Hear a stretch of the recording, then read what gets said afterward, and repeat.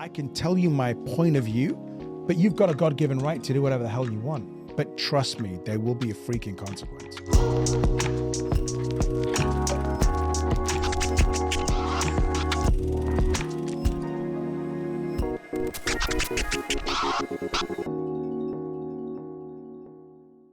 Hello and welcome to Storia, where storytellers disrupt. I'm Fabiano Altamura. And I'm David Noronha. Don't forget to like, subscribe, comment, and give us a 5-star review.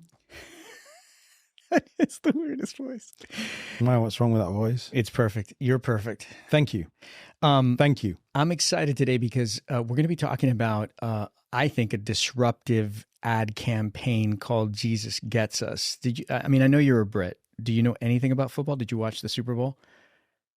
Best basketball game I have ever seen in my entire life. Only country that calls it football where they don't use their feet. That's it. I know. It's ironic. I didn't see it. No, I didn't. But I know he gets us. I know who you're talking about. You know the campaign. I do know the campaign. So you and I read this article, I think it was in Slate or something, where it actually broke down the amount of money that's actually been put together for this campaign. I think it's close to like $1 billion. It's $1 billion. Mm-hmm. And over 3 years. Over 3 years. Over 3 years. And I don't recall when it started, but it feels like it's been running now for a little bit. Yeah, I wouldn't know the time frame. But yeah, yes, and it started. I know they dropped some serious cash to get a 30-second and I think a 60-second on the Super Bowl. It was $20 million. Yeah. Yeah, which is beautiful and insane. And I know that in the article it explained where it was kind of one of these investigative pieces where they were. Their main thrust is who's paying for the ad, not the substance of the ad, not what it was trying to accomplish, just who's paying for it. And from what we can tell, obviously it's a nonprofit effort. I think it's meant to share the love of the Lord and who He is, and so on and so forth. I think it's across political party lines. I don't think it's about blue. I don't think it's about red. I think it's just about the Lord. You watched some of the ads, man. What were your initial impressions? Which ones did you see? There's a bunch of them. Jesus' character and what He went through transcends time. Like, from an acting point of view, I'll say one thing, right? Yeah, please. There are only two things that change. Okay. Style and morality. A king is going to feel pride like a peasant is going to feel pride. Right? So when you look at the character of Jesus, the situations He was in are timeless. Yeah. Like they are today. So like I remember on another episode we talked about fake news, cancel culture. When He was at the crucifixion, when he was being tried, the Pharisees were spreading fake news to get Him crucified. One of them is actually called It's About Cancel. Yeah, he got canceled. The influencer, that one. Yeah. They canceled him. So I'm like, everything he went through, we think we are learning something new. Everything is cyclical. Here's what I was thinking. I agree with you wholeheartedly on this. I was moved by several of them. Whenever there's kids, I cry like an idiot. Ever since I had kids, I just cry like a baby whenever they deal with kids. And remind me, because I watched one of the behind the scenes on the one, that it was about refugees. But anyways, I was quite moved by many of them emotionally. I don't think they pulled many punches. They used some pretty visceral photography. Most of it is just photography, very little video, which is always kind of timeless and cool to quote you. But here's the thing that struck me. I was thinking about when people first met Jesus, most people knew very little about Him. Maybe they'd heard about this man, this prophet, whatnot, but I don't think most people were walking into this thinking that they were, meeting the head of some religious movement or certainly not God. And so here's what struck me. They met Him as a man first. Obviously His wisdom, obviously the healings, that followed. But at first, the first blush, first moment was they met Him as a man. Because here's what I was thinking about. This campaign doesn't go after Jesus's divinity. It goes after His humanity. They're together, right? Theologically, 100%. Yep. 100%. There's no division. He was God and man. But He gets us. Even the catchphrase is kind of trying to reveal the human side of Jesus, that He understands us. No? Or how do you see it? Yeah, no, I would say, listen, we're all divine because we come from God, right? Yeah. God gets us because we are His creation. Yeah. I think that the deception and denial from humanity is that they don't need God. Right. And he doesn't understand us, when that's backwards. You like, he understands us more than we know because he created us. He created humanity. We are his first creation. Yeah. So I think when we look at God being human and look at his human side so we can relate to him, we realize that his divinity is expressly present in his humanity. That's good. Because for one, his wisdom is superior to anything else. It's otherworldly. His knowledge of the scriptures, his knowledge of how to respond. I just think that listen, I think we talked about this in another episode as well, but to be perfect, sometimes we view that as being weak.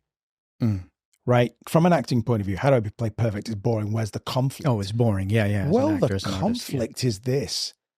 I choose to be perfect, which means I'm going contra to sin. So it doesn't mean I don't have temptation. It just means I choose not to give into it, which is more than a man. So I think the fact that Jesus chose not to and had choice shows such a huge divine nature, right? That's interesting. It's funny because I hadn't initially thought about it that way, but you got me thinking about it. I mean, here are some of the topics.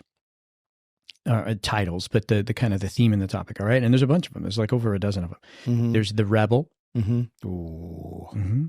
outrage, and in that one, it explores how Jesus dealt with his outrage. Not that he didn't feel outraged, right? I mean, if you think about turning over the table in the temple and hypocrites and vipers, and he was upset about a couple things. You're like a brood of vipers.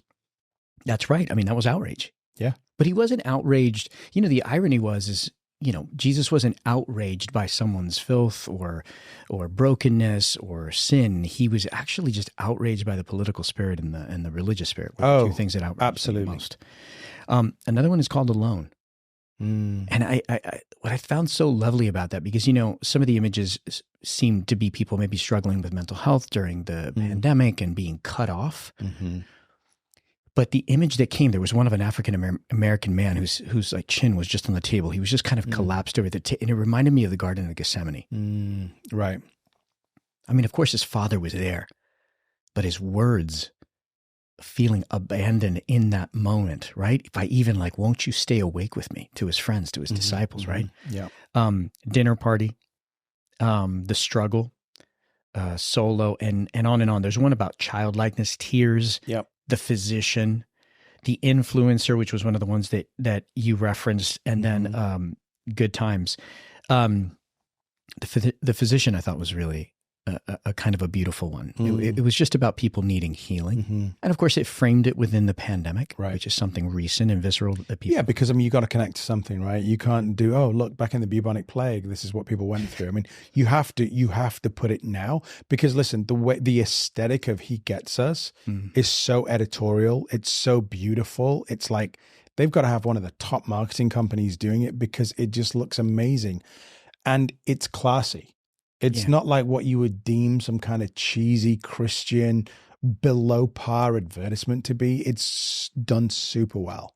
Yeah. Minimal. I mean this as a compliment. It's not a perfect reference, but it's the first one that comes to mind. It reminds me of like those Dignity Health. There's one that's about childlikeness. And there's this really sweet video that must have been like a viral video off of social media, which Dignity Health, one of the medical companies here in the States, uses, where they probably buy the rights to be able to use this in a broadcast commercial. And I think this ad campaign did the same thing. It's a little black boy and his little white friend. I mean, we're talking like 3 years old. Right. And clearly they haven't seen each other in a while, and they're having like a play date for the first time.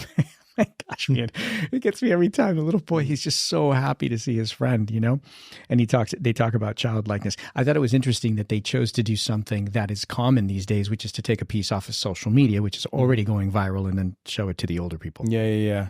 Like All you? Right. Like you. I just love the way they're doing it.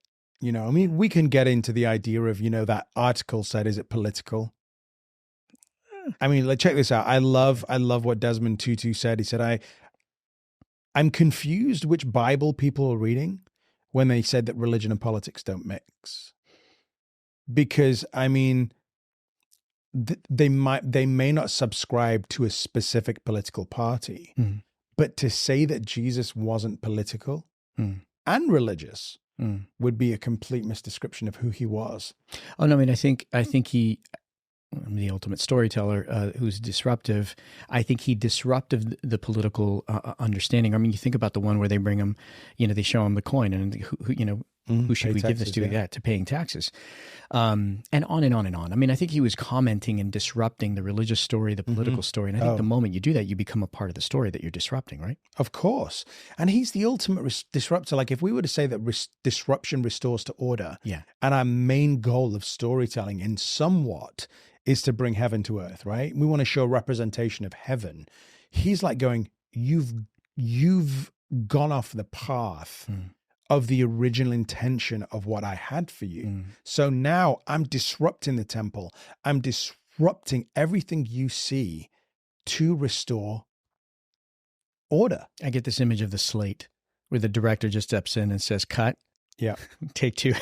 Take two. Father God did that as well, right? Yeah, that's right.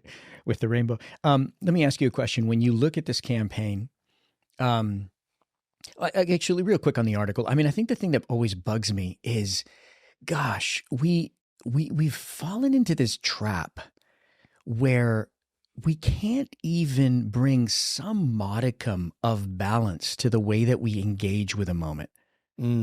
Like my point is this. Okay, so the only question you have, or the most important question, is who paid for the campaign? I mean, meanwhile, we're dissecting tacos and Dorito commercials for their existential meaning. So the article completely bypasses the question of the substance of the campaign and only tries to figure out who's the $1 billion. For it.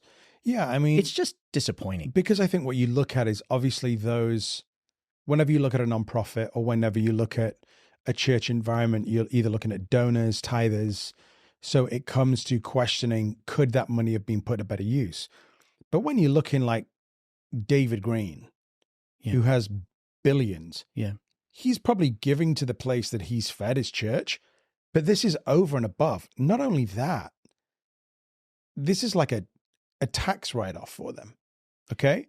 And I'm like, why do we look at, could the money have been put to better use?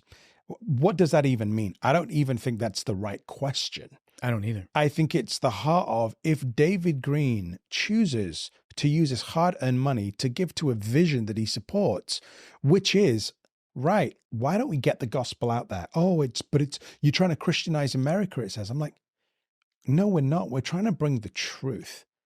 Would Jesus have called himself a Christian? No. Well, he was a Jew. He was a Jew. Walking around. He was the Messiah. That descriptor came after. I would have said Acts 11:26, they were first called Christians. And it wasn't even the disciples that call themselves Christians. It was other people that call themselves Christians. Because people from the outside are trying to describe, which is what always happens. Put a title on something, right? Yeah.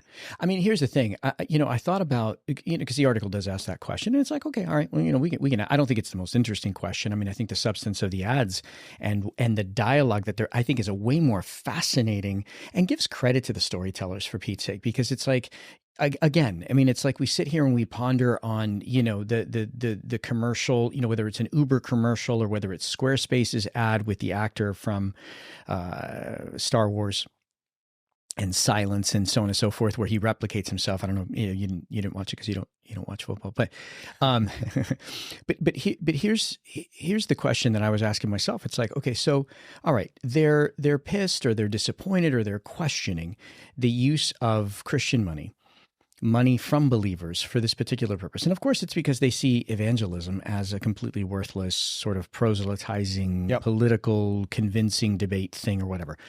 But here's the thing. All right, from our perspective, thinking fish and loaves and multiplication, if we wanted to actually bring the kingdom and disrupt the story and change culture, or at least bring the truth and more, because that's not at least, what more powerful way than to share the gospel and to bring people to Christ? I mean, because what price tag can you put on eternity? You can't, and I think it's genius, because go to the masses. Go to the masses with class. It's a question that talks about the gospel, and it shows the gospel in 30 seconds. And I think it's, if I'm being completely honest, I think it's money really well spent. Yeah. And listen, always this, attack on believers when I think some of the stats are like, I believe believers are some of the biggest donors on the planet. They're the biggest, some of the biggest adopters on the planet. So for all that's leveraged, I mean, I heard Erwin McManus once, somebody said, but to him, in the context of the Bible or questioning Christianity or whatever, he said, but what about the people in India? And he turned to them and he said, I didn't realize that you cared so much about the people in India. Have you ever been? No. Have you ever given? No. And Erwin said, I have. I mean, put your money where your Oh, mouth is, exactly. right? 100%. I like what you said as well, as like they were trying to start a dialogue. Mm-hmm. And the thing is, nobody wants a dialogue nowadays. Nope. Nobody wants to dialogue. And we get told we're intolerant as believers. Yeah. And I'm like, oh, pot calling the kettle black. Yeah. So you think you're being loving by saying that we're intolerant, Mm-hmm. yet we're coming at you with questions, but you backfire. Or you fire back, sorry. Here's, yeah, and it backfires. Yep. Always for me, I think this idea of tolerance is a really tricky one, because what I've realized about people is that most of us only tolerate the things that we agree with. The moment that we don't agree, it really starts to break down quite quickly for people. And I think the biggest question for me right now, the part of the human narrative, the part that I'd love to see disrupted, is simply this. Like, look, we're going to disagree on things. Mm-hmm. Humanity has always disagreed. It's not a question of whether or not we're going to disagree, but what we do when we disagree. I think the saddest thing that I see happening in culture right now is that we're not able to have a conversation. We can't even ask questions. The asking of a question. I've never, maybe it's been this way before. I don't know. I mean, I'm not like a student of history per se, but I think it's so dangerous to not be asking questions. Yeah, because now everybody just acts with a statement, right? Yeah, well, it's a debate in the moment. I mean, we were my son and I, who both of our sons are involved in social media with their podcast Juvie, and the thing about social media is you get canceled before there's even information about the accusation, which is the craziest thing. All right, so listen, going back to the Jesus Gets Us, why do you think it's disruptive? I think it's resetting in some ways that I think the church has been judgmental. I can see why people would be put off by certain aspects of the church because they have been intolerant and judgmental. I think this just asks a question and just shows in a beautiful way, he gets you. I don't feel offended by them. Mm-hmm. But I feel intrigued that it makes me want to ask more questions. Mm-hmm. I want to know the answer by who is this Jesus? Because they're putting up modern, beautiful editorial shots that are in themselves disruptive.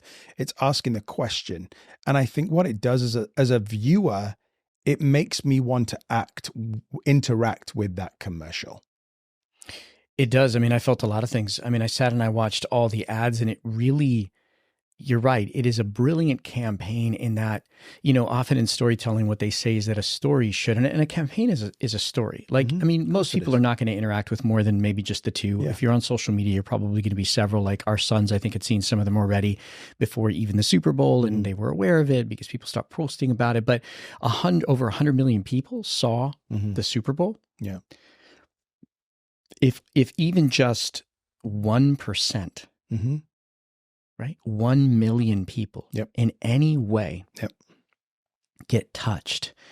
A seed is planted. The Lord in the parable of the soils, he talks about the casting of the seed, which is the story, which is the gospel, right? So the storyteller, the farmer, goes around casting these seeds. And, my son, Knight, he said, well, but, what's the conversion on that? Which I think is an interesting word, by the way. He meant it in one way, but I think it's an interesting word. What is the conversion on those ads? I don't know, but I have to imagine that the Lord in his creativity is going to use these things. Now, here's the other side of this, which is always wheat and tares, which, we've talked about the Grammys now. Now we're talking about these cultural touches. Yeah, of course. These moments in culture, right? In the Grammys, we talked about how Satanism was on full display, like full unapologetic display with Sam's performance and whatnot. And then you have Maverick City performing. So you have this cultural collision of faiths, of beliefs. And here's what I was struck by. Did you watch the halftime show at all? The Rihanna? Okay. So here's what was fascinating to me. So the big news, one of the stories that was supposed to be disruptive is who was going to be the surprise guest with Rihanna. But no one performed with her. We just all noticed that she was pregnant. Oh. And that was the surprise guest. Now, that would have been really sweet, right? I mean, that's pretty cool. Yeah, it's right? it's lovely, yeah. Revealing your But baby. there must have been some kind of agenda behind it, right? Well, I don't know if I would use the word agenda, but given the fact that she was dressed in the same color red that Sam was dressed from the Grammys, given the fact that, unlike any mother I've seen recently, she didn't just point at her belly, but she pointed at her genitalia as well. Oh, nice. Yeah, yeah. I mean, classy. I mean, Rihanna's a really classy performer. I'm talking in the first 5 seconds, man. I'm talking about the first 5 seconds. You don't think that, as a side note, doesn't it get a little bit boring? Like, it was. How old are you now? I mean, it's like Madonna. Do you think somebody wants to see a 65-year-old's genitalia? Not that Rihanna is, but it's like, really? I mean, seriously? I'm just like, nah, I'm good, thanks, dude. Be classy. Yeah, my Colombian stepfather, who's in his early 70s, he just very, very sarcastically, just every time she did it, he was just like, woo, wow, wow, well done, how talented. I mean, and it didn't stop there. I mean, some of the stuff was just like over the top. So, and by the way, I mean, not that I'm a conspiracy theorist, but my son pointed out that in the stadium, but not on the live switch, she kind of did one of triangle, these, one of the triangle the symbols, Illuminati all this kind of stuff. So it just makes you wonder. I mean, listen, do you know what though? This is what's most disruptive about the Lord. Yep. He gives you free will. There's nothing more disruptive than free will, because he's saying it's your God-given right to choose whatever religion you want to choose. Well, in destiny and ultimate eternity, right? He lets you know what's going to happen, but you can still choose it. One of my favorite quotes is by C.S. Lewis. I've shared it with you before, but I just think it's just so brilliant. He says, there's two things that you can say to God. You have two choices. Either you say to God, "Thy will be done," or He turns to you and He says, "Thy will be done." That's cool. I mean, so simple, but how profound. It is very profound. Talk about being powerful. Yeah, and God's like, it will break my heart, but I'll do that. And I think what the He Gets Us does is like, it isn't preaching. No. Asking a question, because what they're saying is Sam Smith's God-given right, Rihanna's God-given right, is they can do whatever they want to do. Now, people say, I just want to do what I want to do, and be like, how dysfunctional and how selfish. You can do it, no problem. But you'll reap the consequences of what you sow. This is my favorite. Don't tell me what to do. And I said, listen, I get to, I have this conversation because, we've got kids. Don't tell me what to do. Who likes to be told what to do? And I said, I get told what to do every day. What do you mean, Baba? And I said, well, when I drive to work, I got to go 35 miles an hour. Exactly. I don't want to go 35 miles an hour, and I do. Hey, you got to give me X amount of your income. I don't want to give you X amount of my income to the government, but I do. No problem. But you can spend time in jail. Exactly, right? Yeah, no, absolutely. You don't have to pay any income tax. Correct. No problem. Correct. But there's some consequences too. Right. And there's this great story that Keller tells in A Reason for God, Tim Keller, who's just this great, he's like a modern day, easier to understand in many ways. He's a pastor out of New York. He, by the way, was told there was no way that a church could start in New York. And now he has, I don't know, like 6 campuses and I don't know what. He's just one of the most brilliant men. And in A Reason for God, he tells this story about sin. And he talks about how, you give a kid keys to a car and, he drives in the neighborhood and then all of a sudden he crashes into a fence. He says, there's a price for that. Now, who's going to pay for it? Mm-hmm. Now, that's a subject of conversation. Will the father pay for it? Will the neighbor pay for it? Will the insurance pay for it? Will the insurance pay for it? Will the kid pay for it? But what is non-negotiable is that all breaking down, all sin, all action that is destructive does and will have a consequence that will need to be paid for. And we see that's echoed throughout life, except human beings want to kick back and say no to the story that we've got to do it for our own actions, which I think is I mean, it's backwards, and I think that, listen, Your God-given right is to choose, be offended, do whatever you want to do. Choose your own gender. Choose to have an abortion. Like, it's your God-given right to do all that, things like that. We don't agree with them, but I'm saying it's not my point to agree and not agree with. I can tell you my point of view, but you've got a God-given right to do whatever the hell you want. But trust me, there will be a freaking consequence. At the end of the day, the story's got an ending of some kind. It does have an ending of some kind. Man, I love these titles. You know, as we go out on this episode, tears, outrage, the physician, the influencer, alone, good times, the struggle, dinner party. I love that these phrases, they all tap into some of the parables, some of the stories of Jesus in the Bible. I think for me, of recent memory, more than maybe even, and I hadn't anticipated this happening or coming, because we talk a lot about film and television and about, that is the medium that we think about. But man, when we think about some of the most influential stuff that's being pushed, there's way more commercials being produced any given second, and we're consuming these ads way more. This is for me a beautiful invitation, I think, to believers that want to be storytellers. I get this all the time. We get this all the time at Bethel Conservatory. We've got filmmakers, we've got screenwriters, dancers, actors, music theater. But, a lot of our filmmakers are trying to decide whether or not they're going to go into the feature space or the episodic space or this new media space, working with people that are creating podcasts or so on and so forth. This to me is something that we'll probably sit down and we'll study. I mean, how inspirational that you could actually move the needle on culture. What if millions of souls could be saved in 30 seconds? It's a micro narrative. It's unbelievable, right? How you can tell a story in 30 seconds. I always think about the Apple ad. Did you remember the Apple commercial? There's this brilliant. I think they've got like a 60-second version, but I think the ultimate like killer version is the 90-second one. And it came out like half a dozen or more years ago, and iPhone was kind of in its second or third iteration, and it's a family around Christmas, and the mom kind of looks on as the teenager is just kind of buried in his smartphone doing his thing, and of course, immediately, literally, like in the first 7 seconds, you're like, oh yeah, I got one of those at home. They're buried with their face in the phone, and all these beautiful activities are happening, and the family's doing this, that, or the other, and they're having fun doing this and fun doing that. And there's the little motif is you see the teenager by himself, not necessarily participating. And what do we assume? We assume what we all assume, right? Until right on Christmas morning, in comes the teenager, and he airplays to the TV this little film that he's made because he's been capturing everything that's been taken. And the mom, of course, is tearing. Right. I cried just as hard as the mom.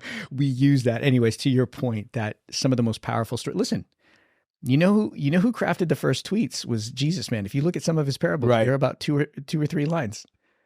They're shorter than tweets. They're like, he's the first Vine artist. He's the first. Right. Well, listen, gang, thanks so much for hanging out with us on Storia. Be sure to subscribe, like, download, share these things, tell your friends and family about it, and we can't wait to see you again soon. See you next time.